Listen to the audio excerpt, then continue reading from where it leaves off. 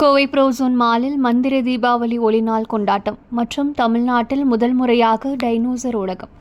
கோவை மாவட்டம் சரவணம்பட்டி பகுதியில் மிகவும் பிரபலமான புரோசோன் வணிக வளாகம் அமைந்துள்ளது. இங்கு ஒவ்வொரு ஆண்டும் தீபாவளி பண்டிகையை வரவேற்கும் வகையில் பல்வேறு பொழுதுபோக்கு அம்சங்களை அழைப்பது வழக்கம்.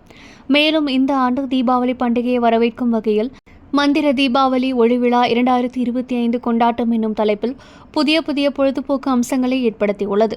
தொடர்ந்து 19 நாட்கள் நடைபெறும் இந்த ஒளிமயமான திருவிழாவில் இவ்வணிக வளாகம் முழுவதும் ஒளிவண்ண விளக்குகளால் வண்ணமயமாக அலங்கரிக்கப்பட்டு சொருக்கமாக ஜொலித்து வருகின்றது.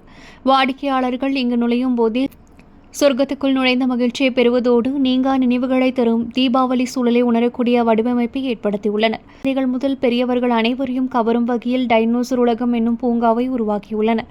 தமிழகத்தில் முதல் முறையாக அனைவரையும் கவரும் வகையில் புரோசோன் டைனோசர் உலகம் உருவாக்கப்பட்டுள்ளது.